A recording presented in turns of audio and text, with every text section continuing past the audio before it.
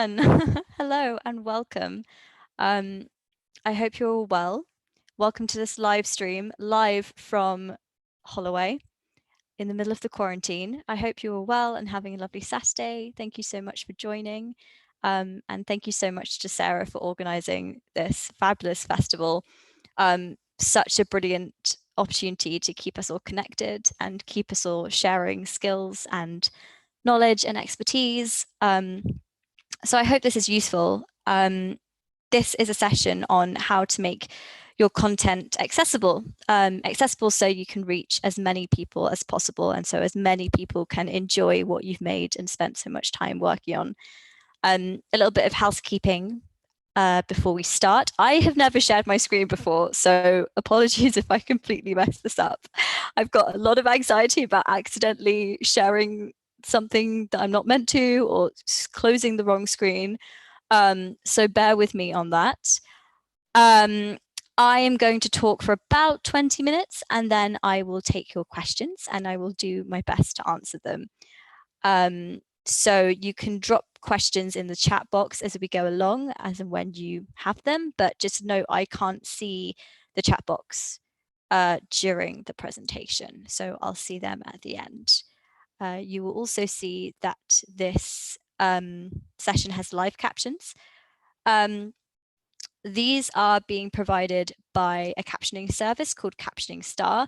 We're going to be talking about captions later in the presentation, but hopefully this is a good sort of demonstration about how they can work for setups such as this, a live stream. I think that's everything. Okay. So what are we going to talk about today? We're going to be talking about what accessibility is, what access looks like, the different sort of types of access requirements and how you can cater to them, and why it's so important, why you should do it, and what the benefit to you as content creators is. We're going to be talking about the social model of disability, which is really a way of thinking about disability that might reframe the issue for some of you and kind of allow you to think about it in different ways. It's something that is really integral to disabled rights and the disability community, so it's something that I'd really like to share with you. Obviously, I'll be going through some tips and tricks and some helpful resources as well on how to make your content as inclusive as possible. I'll talk a bit more about what I'd like to see more of in terms of your content that you're producing. And then I'll give some examples and further reading and resources, and then we'll take your questions. So, I'm Katie. I didn't even introduce myself, did I? I don't know. I'm Katie. My pronouns are she, her. I am disabled. I'm a wheelchair user. I've used a wheelchair my whole life. And so I'm very passionate about accessibility and equality and giving everyone the exact same opportunity to access everything, not just the necessities, but everything that we might want to have access to. And that includes content and culture. And it is so important. And that's why I go on about it so much. So I started out in radio production. I started out at the BBC. I did the production trainee scheme at the BBC for a while, and I moved into radio production. I worked on sort of live factual shows like Woman's Hour and Front Row, and I did a bit of Outlook on the World Service. So I have a sort of journalism, radio production background. I then went freelance and moved into podcast production, which is brilliant and so much fun. I did some freelance work for some indie companies, including Fresh Air Production. And it was about this time that I was commissioned by a disability charity to make them a podcast. And this podcast, I pitched an idea to them for a podcast called How We Got Here, which is a podcast that where I interview another disabled person, a sort of a notable disabled person, about their life and the history of disabled rights in this country as we make a journey together on public transport, which was a fun idea when I had it. And then in reality, it was just about as logistically nightmarish as you can imagine, not least because recording in a wheelchair is very difficult. You forget that you need your hands to hold a microphone and push yourself at the same time, which is tricky. So I use lapel mics mostly. But we were recording in the underground, we were recording on the tube, which is difficult to use as a wheelchair user at the best of times. But two, traveling together with microphones was very interesting. But I think it was somewhat successful. I would to do a cheeky plug and ask you to have a listen if you like. And I actually now work full-time at the charity that commissioned that podcast. So that's the charity called Transport for All. It campaigns for better access to public transport for disabled and older passengers. And I talk a lot in the media about disability issues and access, usually the issue about not being able to get on trains, and I tweet a lot about it as well. I'm going to talk about a lot of things.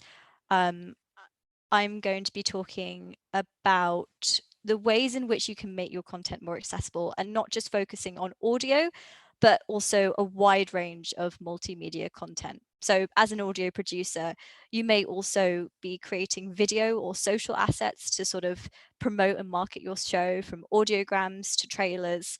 You might have a Twitter page and you'll be posting tweets. So we're going to be talking about how to make all of those things accessible too.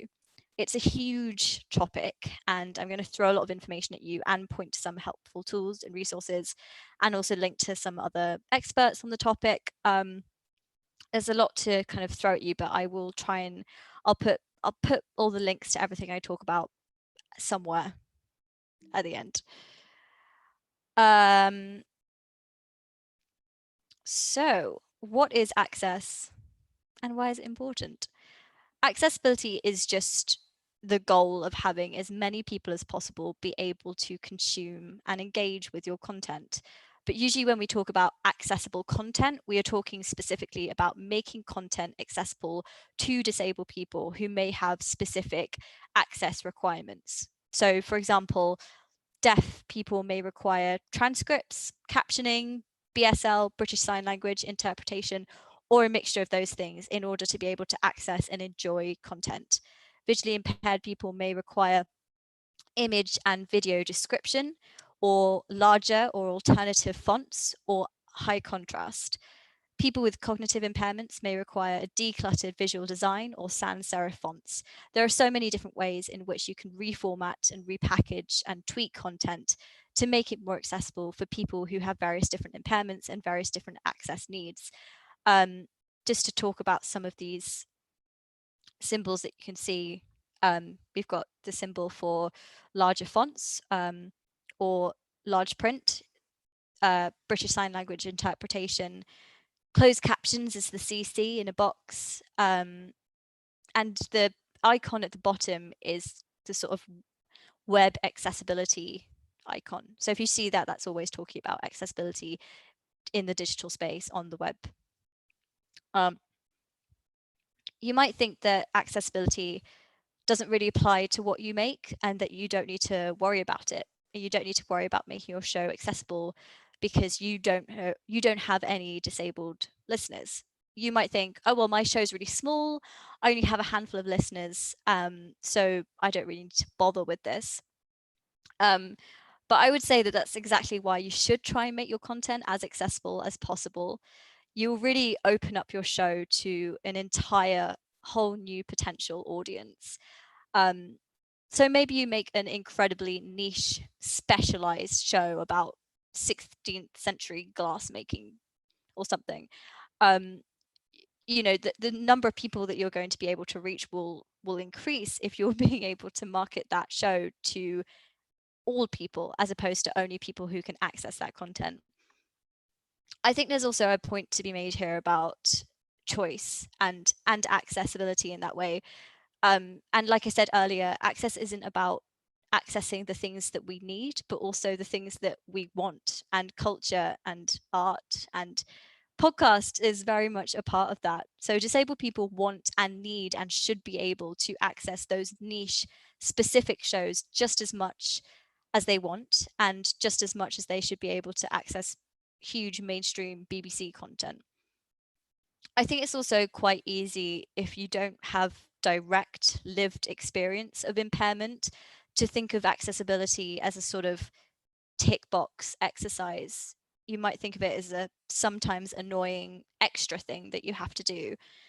But I'm hoping that by talking a bit more about the social model of disability and disability in general, that we can shift that perspective a little and start to think of accessibility as just another part of the production process, something as integral and important as fact checking or contributor consent.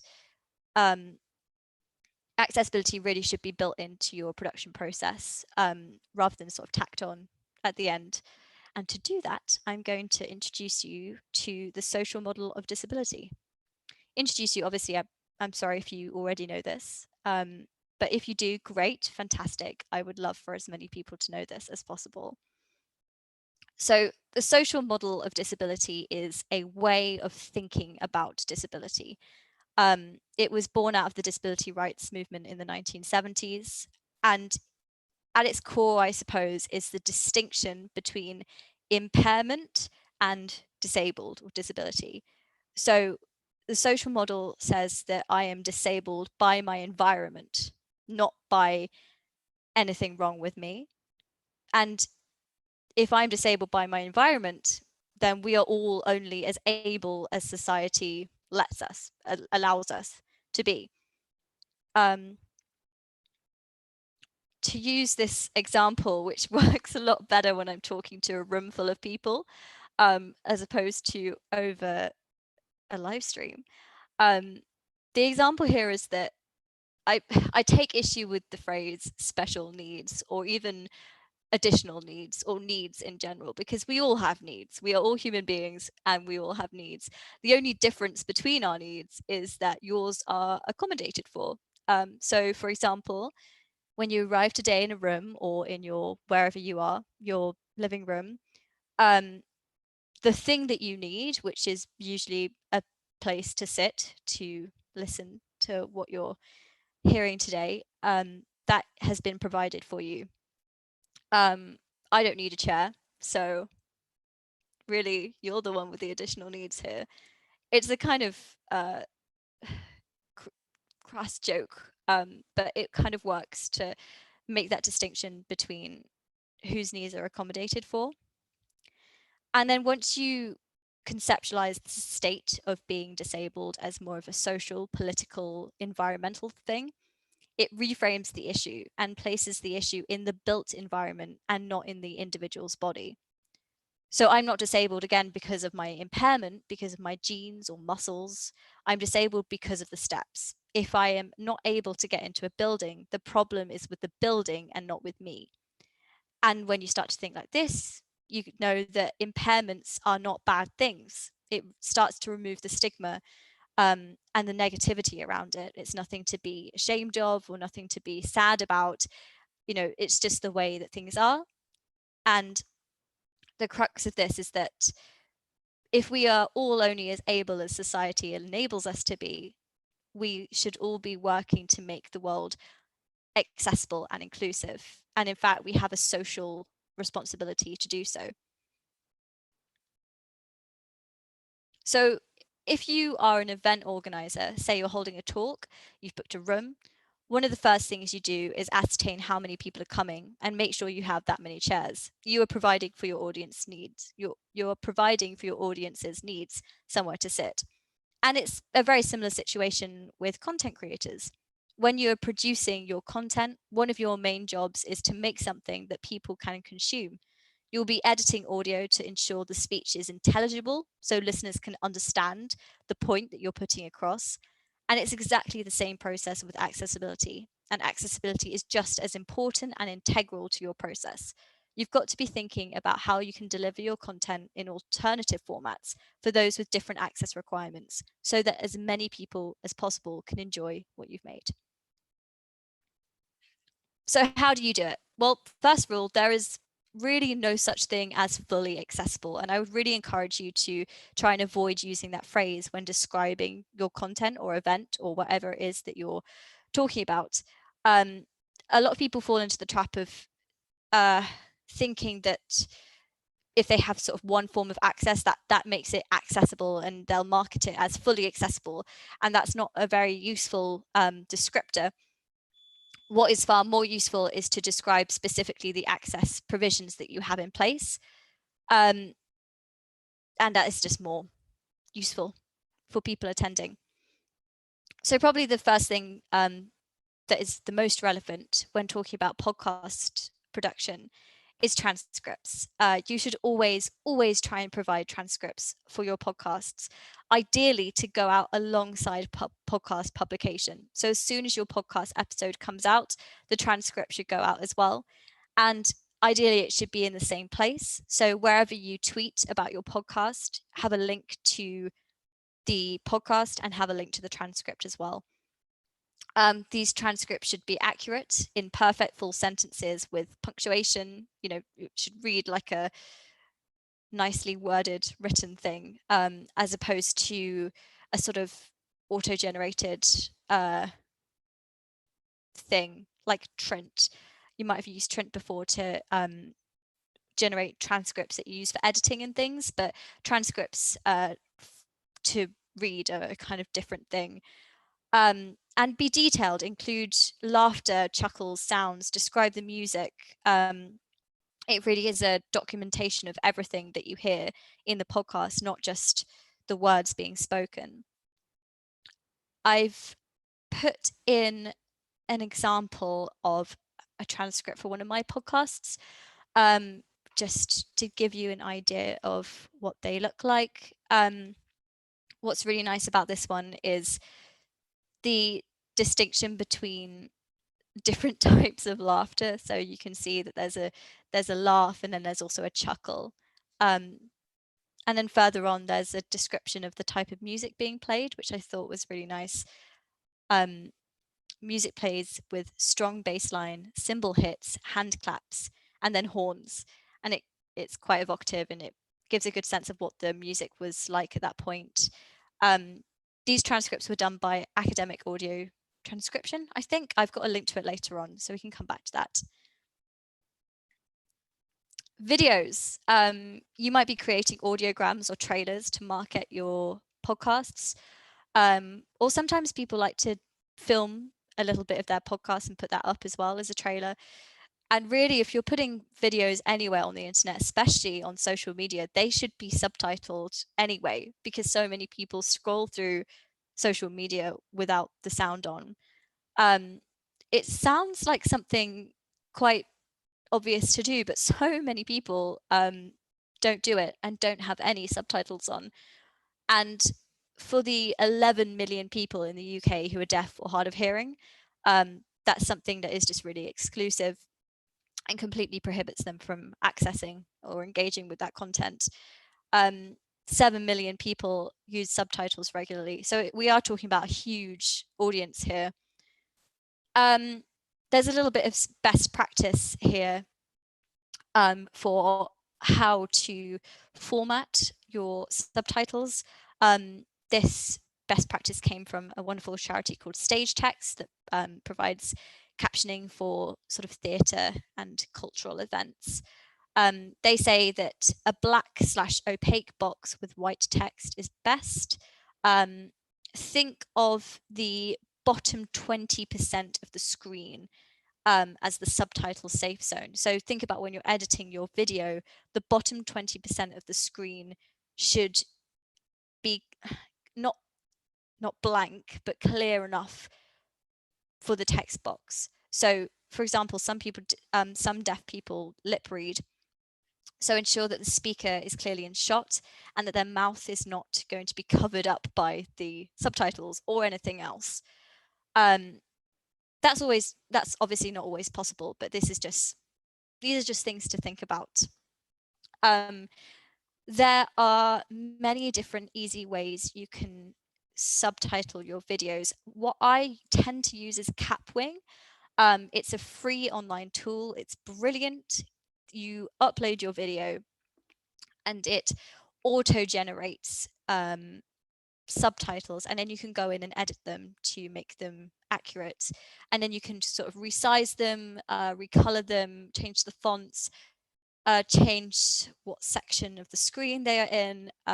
It's really, really good, and I really recommend it. Headliner, you might be familiar with, because a lot of podcasters use it to generate audiograms. That's another really useful tool. They also do auto-generated subtitles. I find personally that those auto-generated subtitles are not as accurate as Capwing, but it really depends on the context. And then I've also just put there Academic Audio Transcription, they're a company that provides transcripts for your podcast or anything else that you need a transcript of, and they are really great. Let's talk about pictures. The first thing you need to do always is describe your pictures. So if you are putting a picture anywhere on the internet, and I'm talking mainly about Twitter here, please always include alt text. So I'm going to now share a different screen. Let's see if I can remember how to do this. Yes, share. Okay. So we're on Twitter, and it's really easy. If you just go to your settings, go to accessibility, and here it is, compose image descriptions. You just tick that box, and then every time you tweet, you'll be able to, you get given the option of adding an image description. Let me go back to the slides.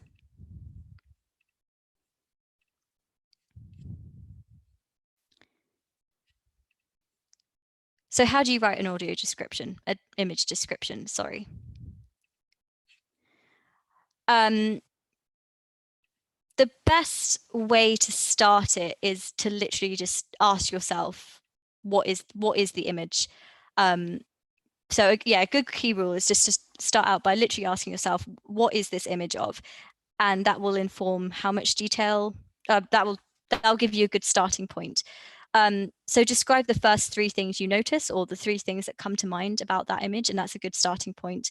Then ask yourself what the image is for, so what its purpose is, and that will inform how much detail you need.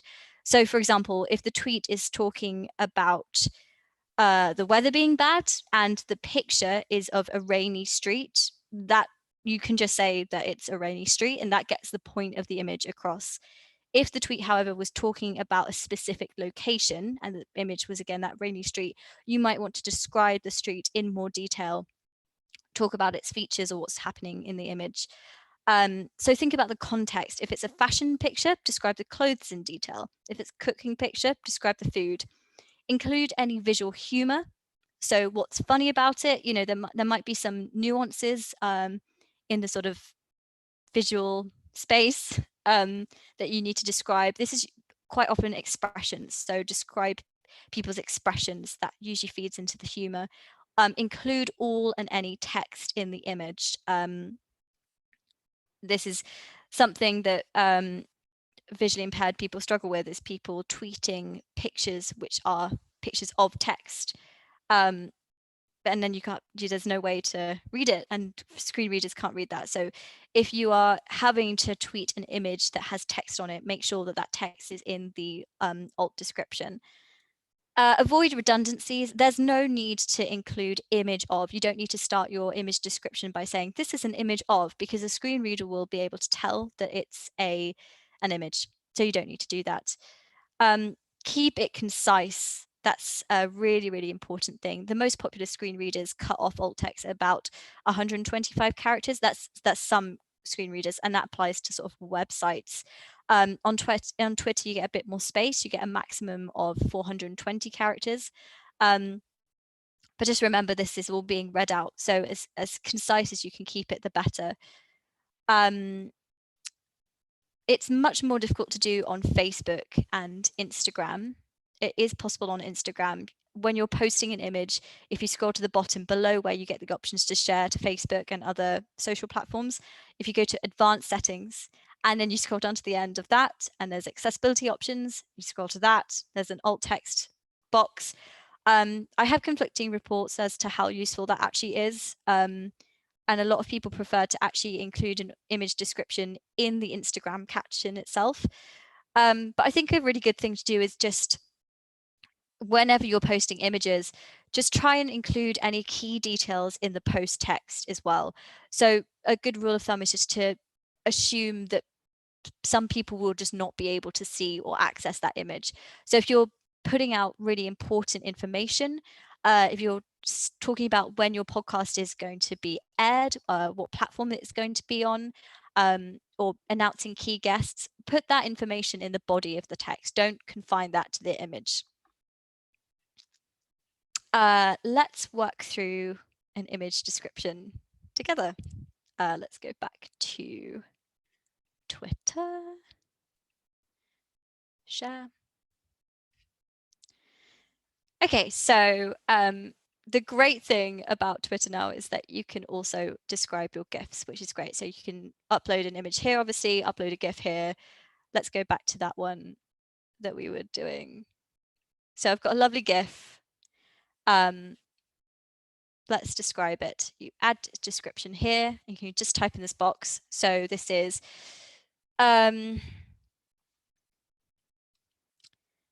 that's a cute cartoon deer nodding its head, and the text reads "totally agree." So that's exactly what you'd write. A cute cartoon deer nodding its head. Text reads, "Oh, I totally agree." That's it. 68 characters. Fabulous. I'd recommend practicing. Practice makes perfect. Oh my God, getting off Twitter now. Back to slides.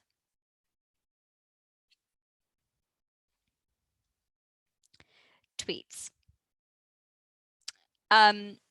So we talked about image descriptions and GIF descriptions. Other great practices to do is to capitalize all hashtags and tags. So capitalize the first letter of each word within a hashtag. So things disabled people know. So screen readers are able to read that as things disabled people know, not it's also just far more intelligible. Avoid overusing hashtags and avoid overusing emojis. There are so many tweet meme formats now with sort of emoji art. A common example of this is the tweet that adds clapping hands between each word. And screen readers will read out emojis. So if you tweet something that has an emoji of a clapping hand between each word, the screen reader will literally read it out as this clapping hands is clapping hands, what clapping hands, this clapping hands, sounds clapping hands, like, which is very annoying. And again, you know, you can do what you want, you can tweet what you want, but just be aware that for people who use screen readers, they're not going to stick around and engage with your content, because that will take so much time reading out that they will just scroll and they will just go to the next thing. And so it's just to be aware of the people who you are reaching.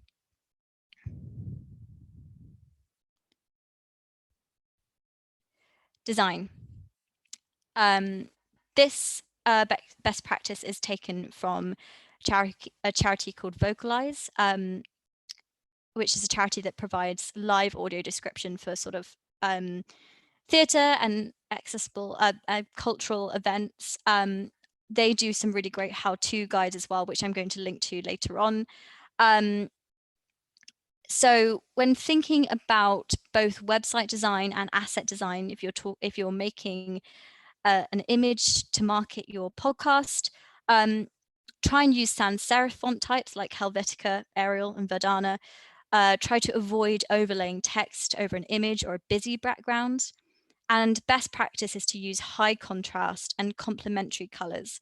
And a dark background with a bright light color words often works really well.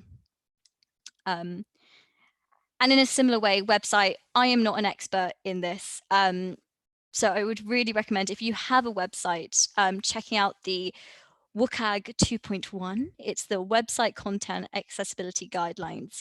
I am not techie, so I don't know much about HTML or coding or anything like that. But if you are a website developer or designer, or you have a website, I would really, really recommend getting up to speed on what the accessibility guidelines for websites are.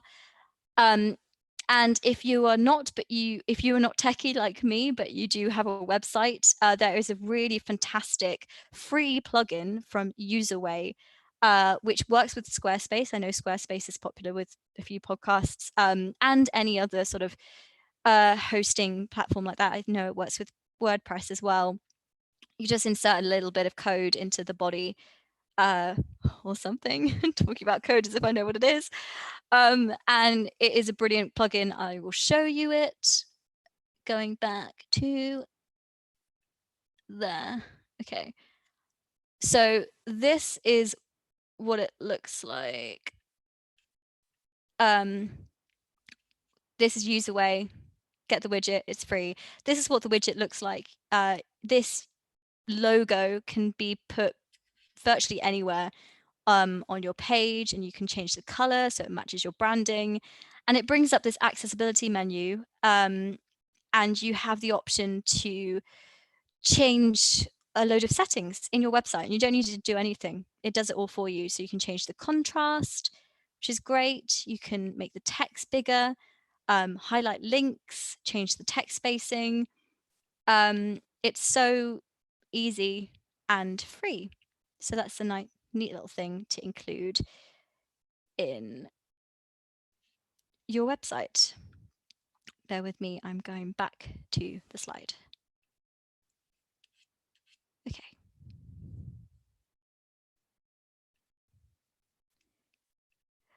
And as we are in the age of quarantine, and more of us are relying on virtual methods of delivering content, this very festival being a fantastic example, it's great that we are remaining connected, and that live streams are becoming a really good way of like delivering content and keeping people connected.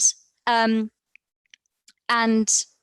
a few notes on that. Zoom is screen reader accessible, and best practice for being in a Zoom call with people who are visually impaired, just remember to describe anything visual that you want to talk about, like your outfit or a picture that you are sharing or something that you're showing the rest of the group. If you're doing live streams, give them closed captions. There are many different companies that do this. My Clear Text is one that we use for a virtual pub that I help out with. And there are others. The bottom line is that we are all just trying our best. It's completely okay to not get it 100% right all of the time. We're learning, we're improving, we're getting better. If you mess up, it doesn't mean that you're a terrible person or that you're not an ally. I think above all, the most important thing you should do are these three things. First of all, be informative. Include access info everywhere.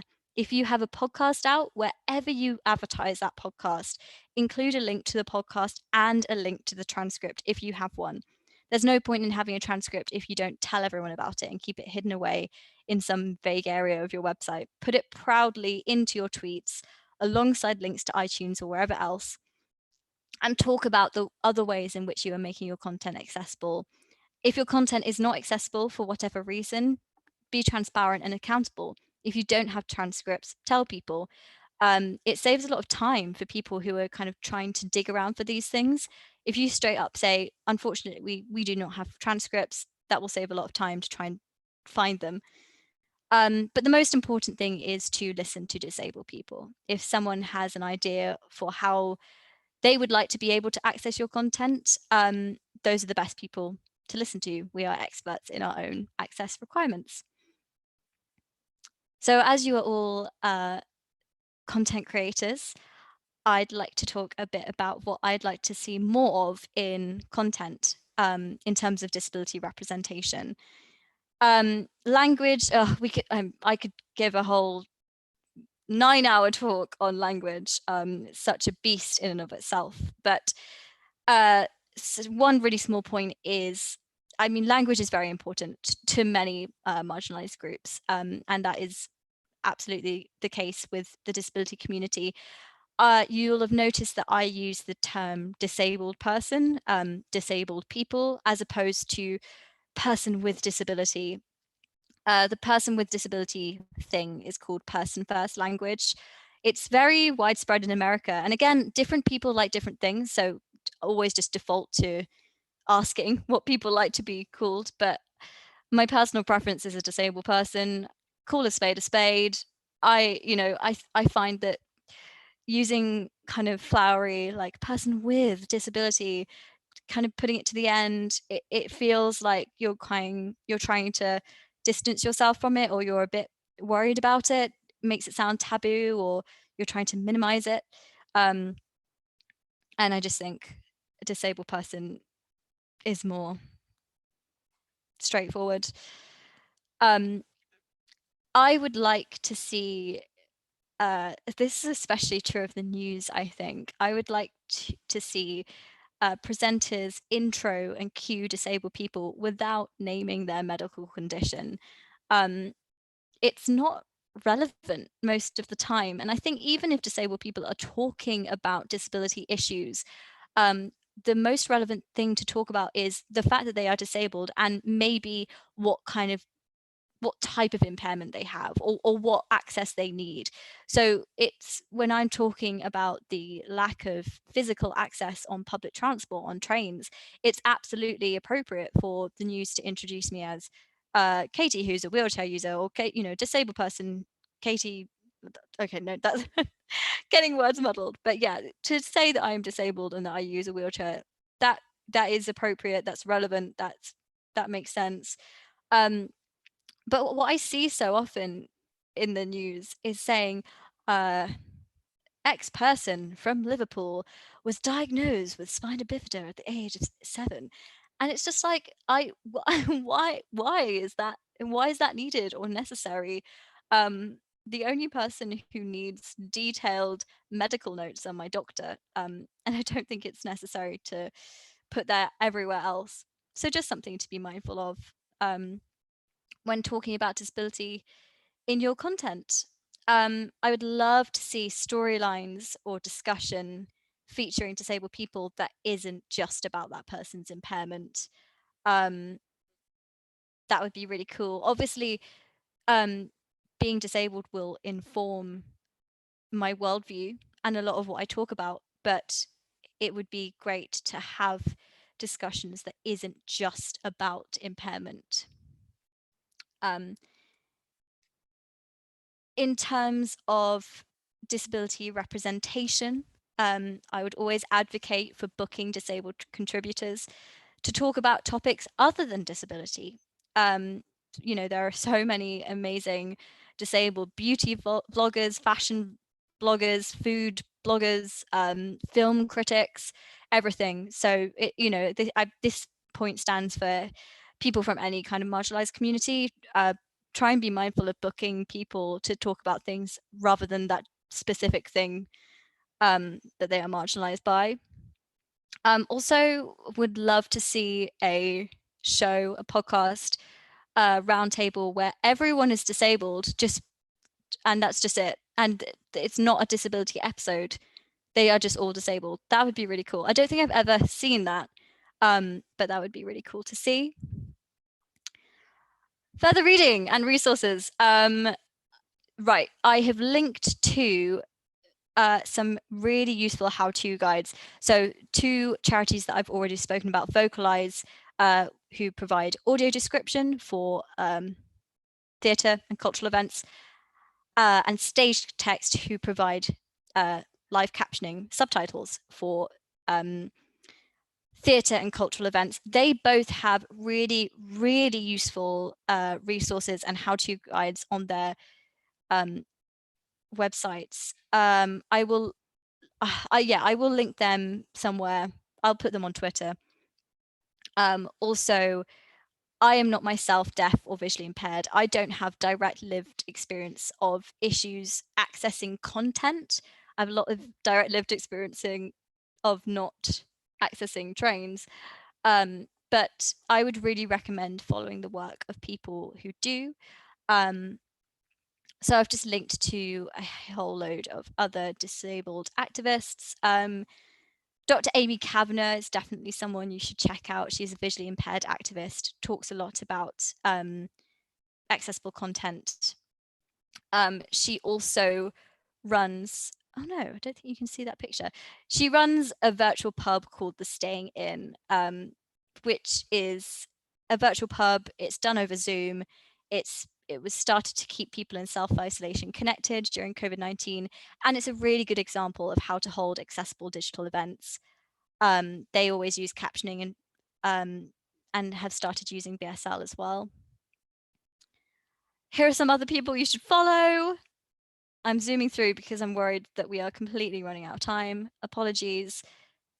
Main takeaways: accessible content is content that reaches more people. Social model, drilling this into you, we are only as able as society enables us to be. Disabled people face barriers because of problems that we have created, and therefore we have a social responsibility to remove those barriers. And the last takeaway is everyone go to Twitter right now, turn on that image description option and describe your images and tell all of your friends. I will now take several minutes of questions. Sorry for running over, Sarah. Do I wait for you?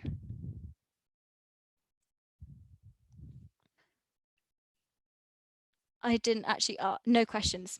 Great, okay. Thank you so much for listening, and thank you for making it through. I will link to everything that I've spoken about on my Twitter, and perhaps we can email things around as well. But if you have any questions, if you're ever wanting to know more about these sorts of things, feel free to get in touch with me. I'm Katie Pennick. I'll put that back up. Thank you.